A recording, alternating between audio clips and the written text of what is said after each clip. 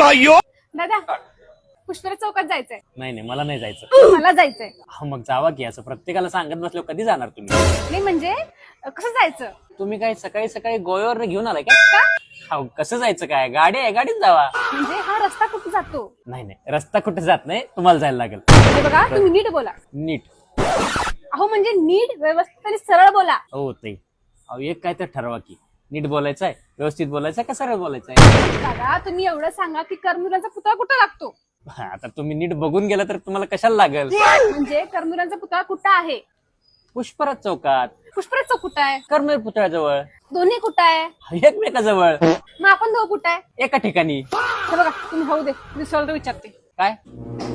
हेच की पुष्पराज चौक कुठं आहे? मग मला विचारा. मग विचारलं की काय? हेच की पुष्पराज चौक कुठं आलं? कधी? आत्ताच विचारलं की. हा म्हणजे पुष्पराज चौकात जायचंय. हा ते कर्मवीरांचा पुतळा आहे तिथं. हा हे मला काय माहित नाही हो, मी नवीन आहे इथे. खराब हो जाएगा मैं